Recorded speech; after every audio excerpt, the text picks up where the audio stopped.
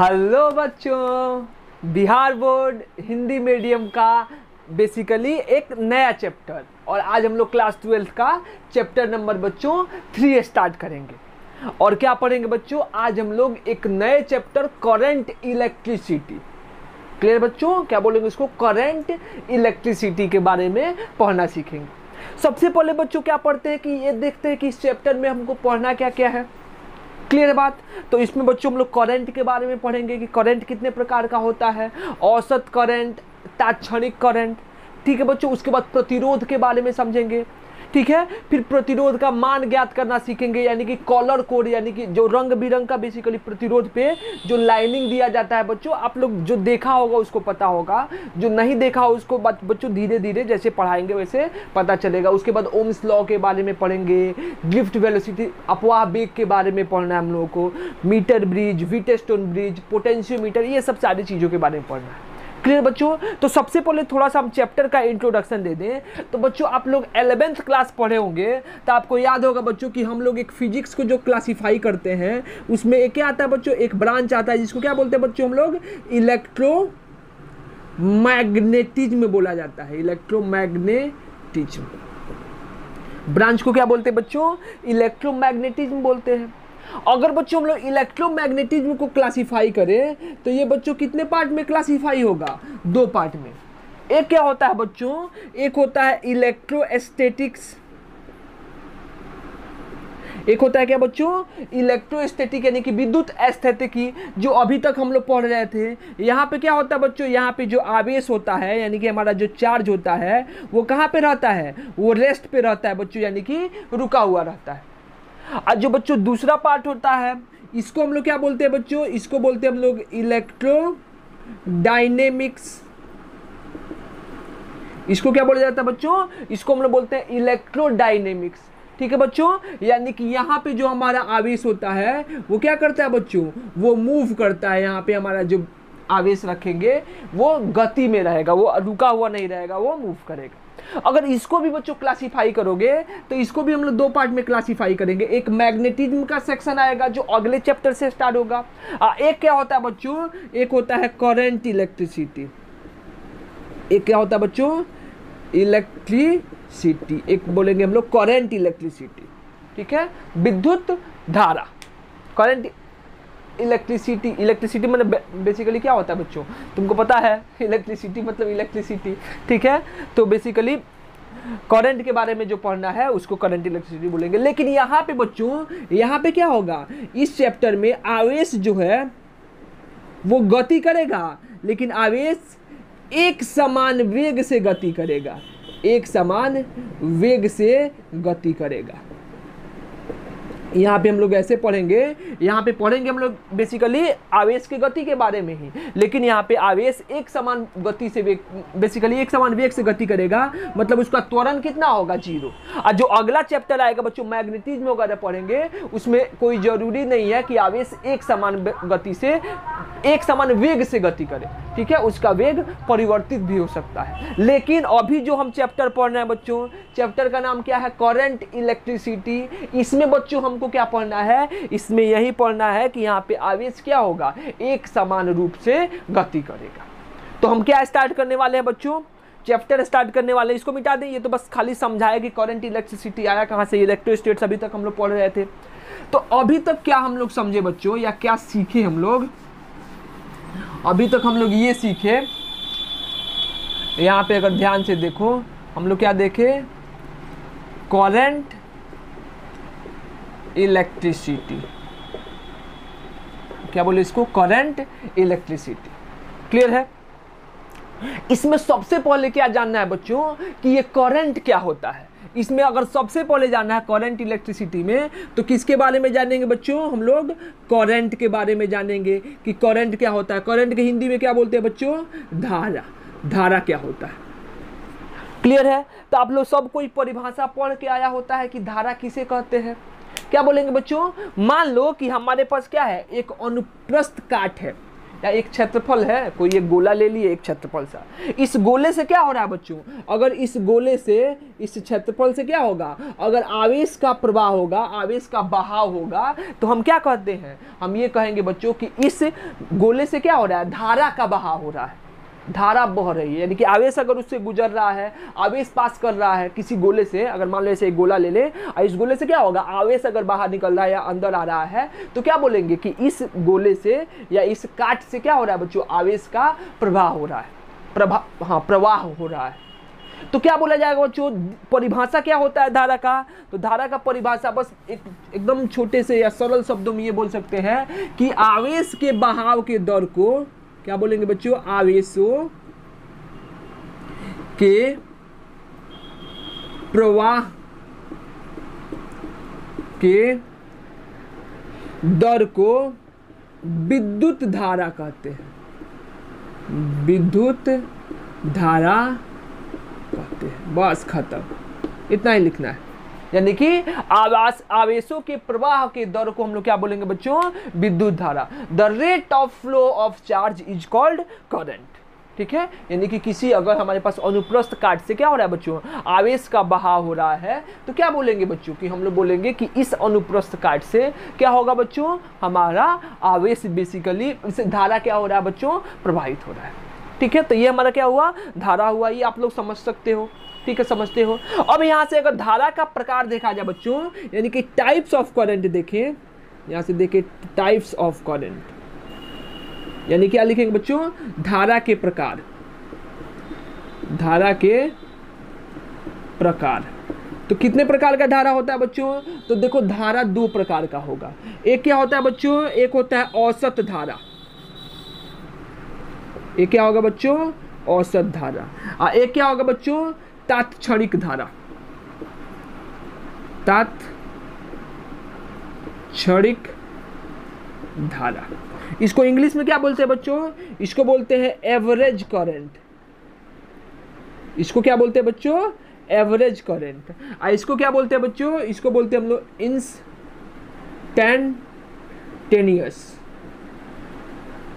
Current, इसको बोला जाता है एवरेज करंट। और इसको क्या बोलते हैं बच्चों हम लोग, इंस्टैंटेनियस करंट, तात्क्षणिक धारा। जैसे हम लोग बेग पढ़ते थे ना, बेग दो प्रकार का होता है या चाल दो प्रकार का होता है, एक क्या होता है बच्चों, औसत चाल, और एक क्या होता है, तात्क्षणिक चाल। बस जैसे बच्चों वहां पे उसका हम लोग परिभाषा या डिफिनीशन समझे थे, वैसे ही यहाँ पे इसका भी परिभाषा होगा, ठीक है। लिखो इसको, पहले इस धारा का परिभाषा लिखो, प्रकार लिखो, अभी जल्दी हम बताते हैं कि औसत क्या होगा और तात्क्षणिक क्या होगा। जल्दी से लिखो, हो गया बच्चों, मिटा दें। चलो सबसे पहले क्या ले लेते हैं बच्चों कि औसत धारा क्या हो रहा है।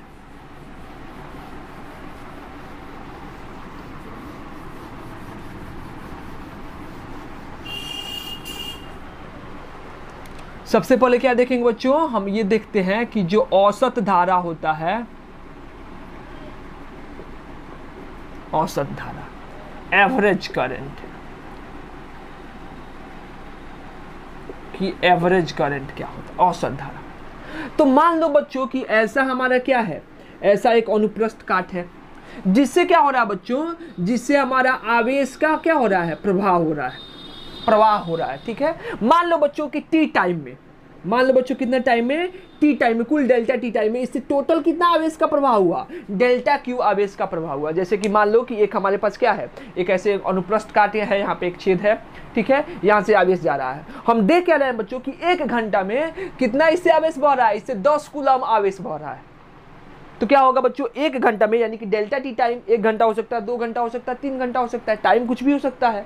तो मान लो कि कुल समय कितना लगा बच्चों, डेल्टा टी, आज जिसमें कुल कितना आवेश का प्रवाह हुआ, डेल्टा क्यू आवेश का प्रवाह हुआ, ठीक है। तो क्या बोलेंगे बच्चों, औसत धारा जो होगा ये क्या हो जाएगा, इसको क्या बोलेंगे, कुल समय में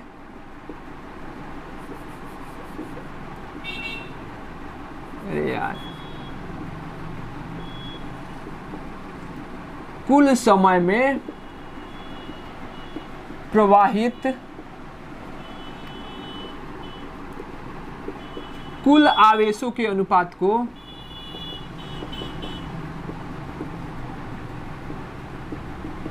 अनुपात को क्या बोलते हैं बच्चों? औसत धारा बोलते हैं। क्या बोलेंगे? औसत धारा, औसत धारा कहते हैं। यानी कि बच्चों जो एवरेज करंट लिखने का तरीका क्या होता है, ऐसे लिखते हैं। देखो एवरेज का जो सिंबल होता है वो ऐसे लिखता है, दोनों साइड ऐसे बना दो, बीच में क्या लिख दो? आई लिख दो। या फिर क्या बच्चों एक और तरीका होता है, आई लिख दो, ऊपर ऐसे पाई खींच दो।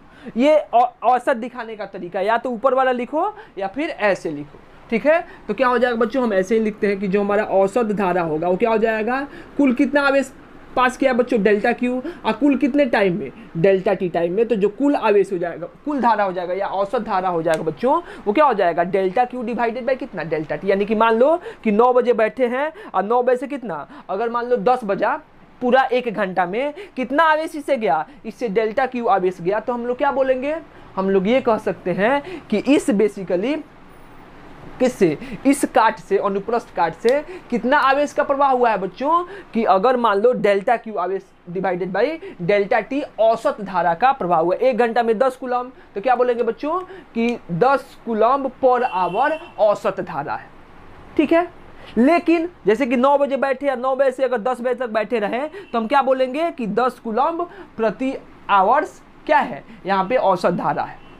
लेकिन ये बताओ बच्चों, अगर हमसे कोई पूछे कि बताइए कि 9:05 पे इससे कितना आवेश का प्रवाह हुआ या धारा का प्रवाह हुआ, यानी किसी टाइम पे पूछ दे हमको, किसी बेसिकली 9 बजे से 10 बजे, एक अंतराल में ना पूछ करके किसी टाइम पे पूछ दे। जैसे कि मान लो बच्चों कि हमको पता है कि 9 बजे बैठे हैं और 9 बजे से 10 बजे तक देख रहे हैं, तो 9 बजे से 10 बजे के बीच में 1 घंटा में 10 कूलम आवेश का प्रवाह हुआ है 1 घंटा में। तो औसत धारा कितना हो जाएगा? 10/1 कितना हो जाएगा? 10 कूलम प्रति घंटा, ठीक है। लेकिन कोई पूछ दे बच्चों कि ये बताइए कि 9:05 पे कितना धारा था, तो कोई जरूरी नहीं है ना बच्चों कि 9:05 पे 10 कूलम पर घंटा हमारा धारा होगा।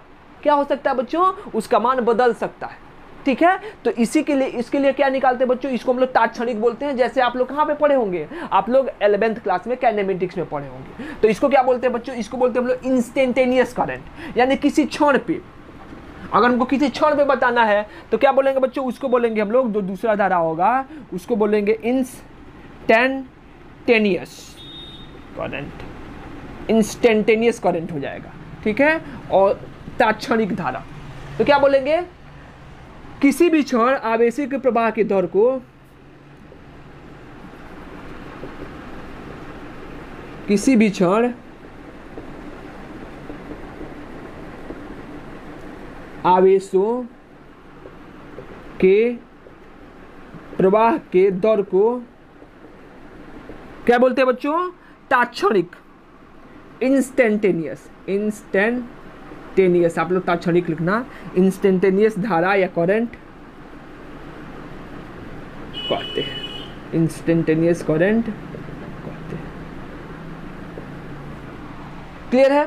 तो क्या लिखेंगे बच्चों? मान लो यहाँ पे आई इंस्टेंटेनियस, यहाँ पे आई इंस्टेंटेनियस लिखने का तरीका क्या है? आई ऐसे लिखो इंस्टेंटेनियस इक्वल टू क्या हो जाएगा बच्चों? अब किसी क्षण, बहुत छोटे से क्षण में बच्चों आवेश कितना फ्लो होगा? बहुत कम जाएगा। तो डेल्टा क्यू क्या बन जाएगा? D Q. अब बटा क्या हो जाएगा? D T. तो हमारा तात्क्षणिक धारा का जो हमारा फॉर्मूला हुआ वो क्या हुआ? D Q by D T. और बच्चों औसत धारा का जो फॉर्मूला हुआ वो क्या हुआ? Delta Q by delta T. Delta Q का मतलब क्या होता है? यहाँ पे लिख सकते हैं फाइनल आवेश माइनस इनिशियल आवेश बटा कितना? डेल्टा टी, ऐसे भी लिख सकते हैं। तो ये हमारा हुआ तात्क्षणिक और ये हमारा क्या हुआ? औसत। क्लियर हुआ बात? ये 11th क्लास में जैसे हम लोग पढ़े थे स्पीड और वेलोसिटी के बारे में, वैसे ही पढ़ना है एग्जैक्ट से। लिखो इसको बच्चों, मिटाएं, फिर प्रॉपर्टी लिखवाएं गुण आवेशों के। हो गया, मिटा दे, मिटा दे बच्चों। चलो यहां से क्या देखना है बच्चों? अगर यहां से हम लोग ये देखें, हम ये कोशिश करते हैं देखने का,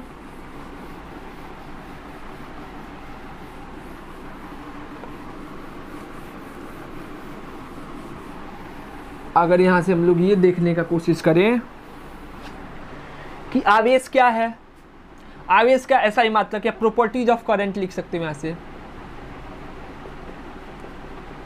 प्रॉपर्टीज ऑफ करंट।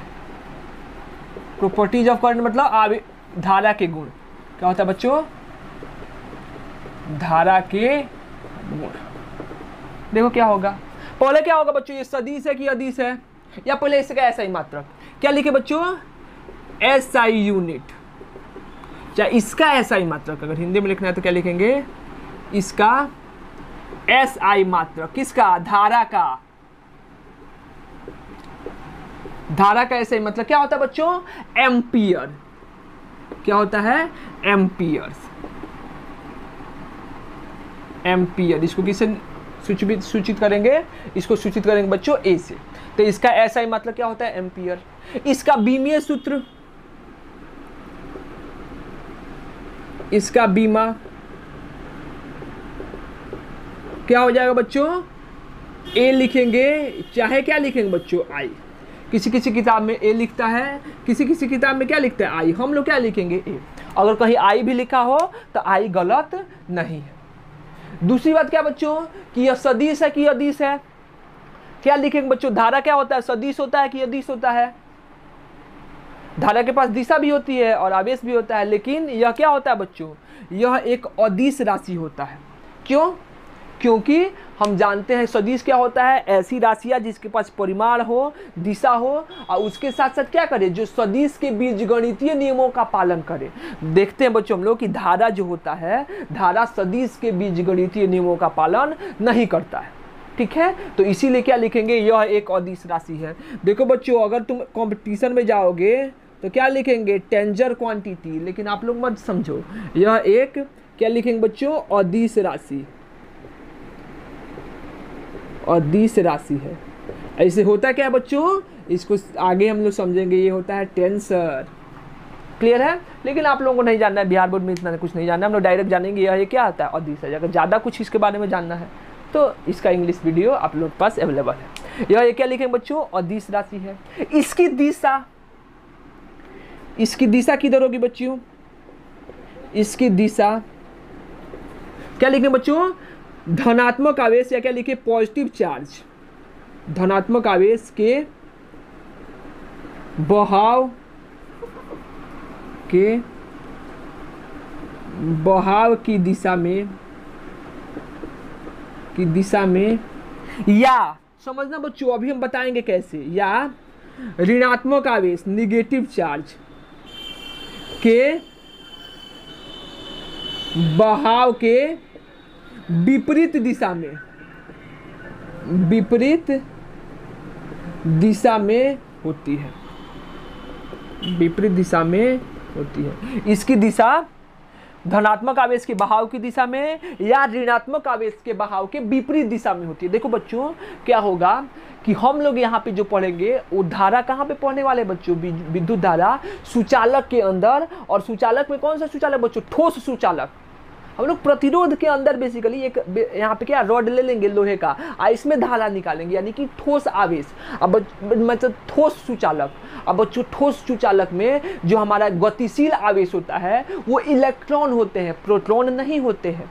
हम क्या मान के चलते बच्चों कि ठोस सुचालक में जो हमारे पास जैसे कि हो गया लोहा हो गया, बेसिकली इस टाइप के कंडक्टर्स वगैरह हो गए, वो क्या होता है बच्चों, उसमें हमारा जो गतिशील आवेश यानी कि जो आवेश चलता है वो कौन सा आवेश होता है बच्चों, इलेक्ट्रॉन होता है। और इलेक्ट्रॉन क्या होता है, ऋणात्मक आवेश। तो यहाँ पे क्या देखेंगे कि जिधर इलेक्ट्रॉन चलेगा आवेश क्या होगा, धारा क्या होगा बच्चों, उसके विपरीत दिशा में। क्यों, क्योंकि देखो यहाँ पे इसका दिशा इसके विपरीत दिशा में होती है, निगेटिव आवेश के विपरीत दिशा में, बहाव के विपरीत दिशा में। लेकिन आप लोग केमिस्ट्री वगैरह पढ़ोगे बच्चों, उसमें क्या होता है, उसमें आप लोग को इलेक्ट्रोलाइट सॉल्यूशन, ठीक है, सॉल्यूशन घोल वगैरह पढ़ना है, उसमें पॉजिटिव आवेश और निगेटिव आवेश दोनों होते हैं। तो उसमें जो धारा की दिशा होगी बच्चों वो क्या मानेंगे हम लोग, धनात्मक आवेश की दिशा में मानेंगे या फिर ऋणात्मक आवेश के विपरीत दिशा में। दोनों का बात बराबर है, या तो धनात्मक की दिशा में जाओ या फिर ऋणात्मक दिशा जा रहा है उसके विपरीत में जाओ, इसका मतलब धनात्मक में जाओ। तो इसीलिए यहाँ पे लिख दिए हैं कि इसकी दिशा पॉजिटिव आवेश के बहाव की दिशा में या निगेटिव आवेश के बहाव के विपरीत दिशा में होती है। ठीक है बच्चों, लिखो इसको। अब इस पे छोटा छोटा एक दो क्वेश्चन करते हैं जो बच्चों एग्जाम में आता है। ठीक है, बिहार बोर्ड में ऑब्जेक्टिव में पूछता है, ऐसे सब्जेक्टिव में पूछता है। मिटाओ, बस दो क्वेश्चन करेंगे इस पे बेस्ड, और आज का हमारा लेक्चर कंप्लीट होगा। नेक्स्ट लेक्चर से दूसरा टॉपिक पढ़ेंगे। जल्दी से लिखो इसको, मिटा दे, मिटा दे बच्चों, चलो मिटा दिए।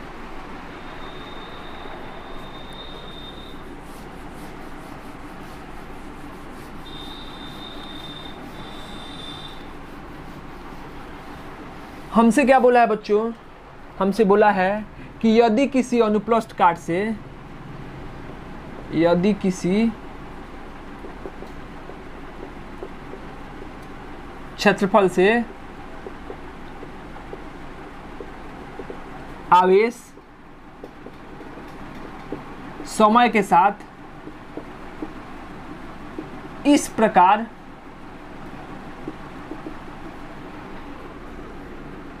प्रवाहित हो रहा है, किस प्रकार, इस प्रकार, यानी कि अरे हो रहा है, चलो लिख देते हैं, इस प्रकार प्रवाहित, Q बराबर कितना, टी स्क्वायर प्लस 2t, ठीक है, इस प्रकार प्रवाहित हो रहा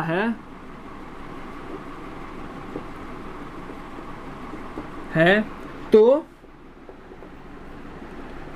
पहला क्या, t बराबर 0 से t बराबर 10 सेकेंड के बीच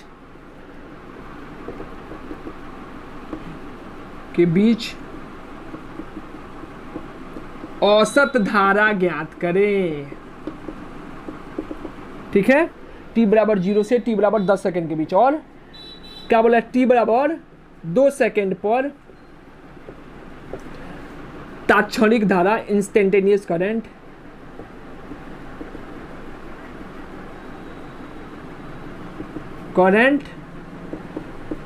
ज्ञात करें। चलो, इंस्टेंटेनियस करंट ज्ञात करें, निकालो जल्दी से, निकालो, बनना चाहिए। हमसे पहले क्या पूछा, औसत धारा, फिर क्या पूछा बच्चों, फिर पूछा तात्क्षणिक धारा, 0 से 10 के बीच में औसत धारा, और t बराबर 2 सेकेंड पे क्या, तात्क्षणिक धारा। निकालो जल्दी से, निकालो, निकल गया, बनाए बच्चों, बना दे, बोलिए बना दे। चलिए, आवेश कैसे प्रभावित हो रहा है बच्चों, Q बराबर कितना दिया है, टी स्क्वायर प्लस कितना 2t। औसत धारा, औसत धारा का मान क्या होता है बच्चों, डेल्टा Q बटा कितना, डेल्टा t, यानी डेल्टा Q मतलब क्या बच्चों, फाइनल आवेश माइनस इनिशियल आवेश बटा कितना हो जाएगा, डेल्टा t।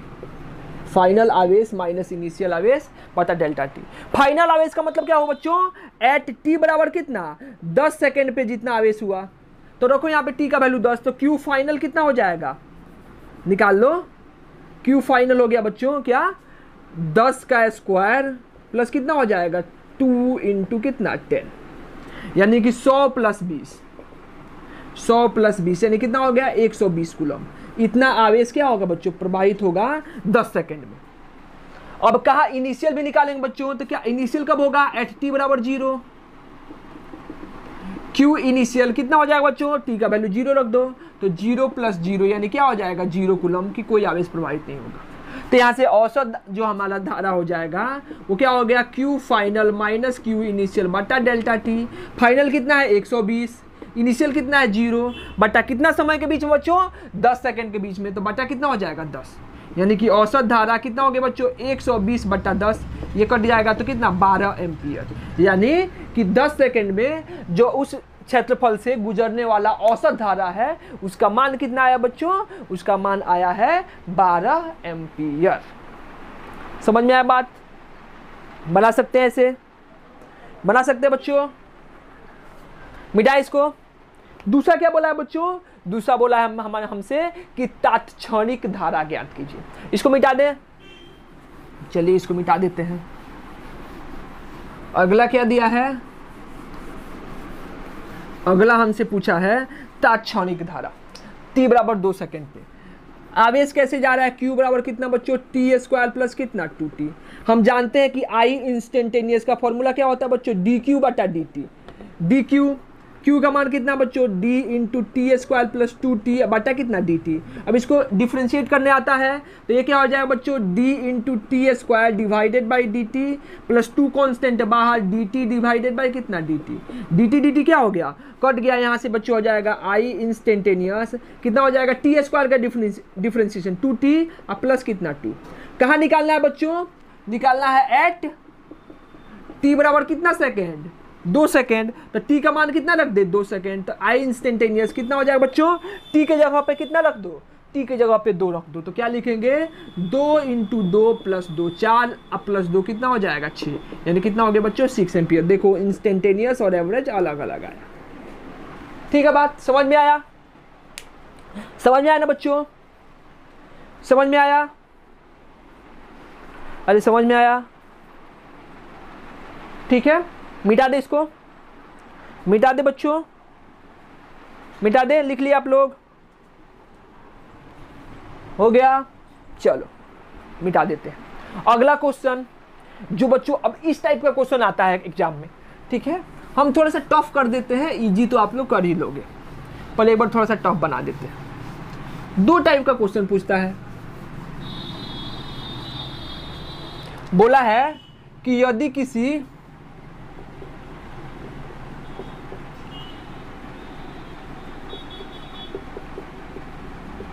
क्षेत्रफल से I बराबर 2t एम्पियर की धारा प्रवाहित हो रही है, तो पहला t बराबर 0 से t बराबर 2 सेकेंड के बीच प्रवाहित आवेश ज्ञात करें, प्रवाहित आवेश ज्ञात करें। ये पहला पूछता है कि आवेश पूछ देगा, और दूसरा क्या हो जाएगा बच्चों कि t बराबर 0 से t बराबर 2 सेकेंड के बीच प्रवाहित इलेक्ट्रॉनों की संख्या ज्ञात करें। ये बड़ा एग्जाम में पूछता है, इलेक्ट्रॉनों की संख्या ज्ञात करें। तो बस आपको आना चाहिए कैसे निकालते हैं, इससे आसानी क्वेश्चन आता है, हम बता देंगे कैसे किस टाइप का क्वेश्चन आता है। ठीक है, लेकिन यही इसी पे देखो, यदि बोला है कि कोई हमारे पास ऐसे क्षेत्रफल है जिससे धारा प्रवाहित हो रहा है, और धारा का मान कितना है बच्चों 2t एम्पियर, यानी कि समय के साथ धारा बदल रहा है। देखो 1 सेकंड पे देखोगे तो कितना एम्पियर, 0 पे तो धारा प्रवाहित नहीं होगा, 0 हो जाएगा। 1 सेकंड पे कितना 2 एम्पियर, 2 सेकंड पे कितना 4 एम्पियर, 3 सेकंड पे कितना 6 एम्पियर, यानी कि समय के साथ धारा यहाँ पे बदल रही है। तो हमसे बोला है कि 0 से 2 सेकंड के बीच में कितना आवेश प्रवाहित होगा। ठीक है, आवेश निकालिए। और दूसरा क्या, 0 से 2 सेकंड के बीच में आवेश निकल जाएगा तो कितना इलेक्ट्रॉन प्रवाहित होगा। यानी कि हम बोले हैं ना बच्चों, यहाँ पे हम लोग सुचालक के अंदर, ठोस सुचालक के अंदर धारा पढ़ रहे हैं, और ठोस सुचालक के अंदर जो धारा होता है वो किसके कारण होता है बच्चों, वो इलेक्ट्रॉनों के प्रवाह के कारण होता है। तो हमसे बोला है कि कितना इलेक्ट्रॉन प्रवाहित होगा, ये बताइए। एग्जाम में क्या करता है, 2t की जगह पे 1 एम्पियर बोलेगा कि एक क्षेत्रफल से 1 एम्पियर की धारा प्रवाहित हो रही है, तो 2 सेकंड में 1 सेकंड में गुजरने वाले इलेक्ट्रॉनों की संख्या ज्ञात करें। वैसे ही बनेगा जैसे ये बनाएंगे। इसको थोड़ा टफ कर दिए हम, बनाओ इसको बच्चों, बन गया, बन गया, नहीं बना तो देखो ध्यान से देखो कैसे बनाएंगे। इस बार क्या दे दिया है बच्चों, इस बार हमको दे दिया है, देखना ध्यान से, इस बार दे दिया है हमको, दिया है I बराबर कितना 2t एम्पियर, हमको धारा दिया है। अब यहाँ पे धारा देखना, धारा ये बताओ बच्चों, तात्क्षणिक धारा है कि औसत धारा है। बच्चों देखो हर सेकंड में ये धारा बदलेगा, 1 सेकंड में 2 सेकंड में 4 एम्पियर, 3 सेकंड में 6 एम्पियर, यानी कि हर 1 सेकंड धारा बदल रहा है, यानी ये औसत नहीं है, ये क्या है, तात्क्षणिक धारा है। ठीक है, हमको क्या निकालना है, आवेश। तो हम जानते हैं कि नहीं कि I जो इंस्टेंटेनियस होता है वो क्या होता है बच्चों, dq बाई कितना dt। अब I इंस्टेंटेनियस कितना दिया बच्चों, 2t बराबर कितना हो जाएगा, dq बाई कितना dt। अब आप लोग को हमको क्या निकालना है, q निकालना है, तो dt को इधर लेके जा सकते हैं बच्चों। तो यहाँ से क्या हो जाएगा, dq बराबर कितना हो जाएगा 2t इंटू कितना dt, और दोनों साइड इंटीग्रेट कर दो अगर आवेश चाहिए तो। शुरुआत में मान लो आवेश कितना है 0, बाद में आवेश कितना हो गया q। शुरुआत में हमारा धारा कितना था 0, बाद में कितना हो गया, मान लो कितने टाइम पे निकालना है, 2 सेकंड पे।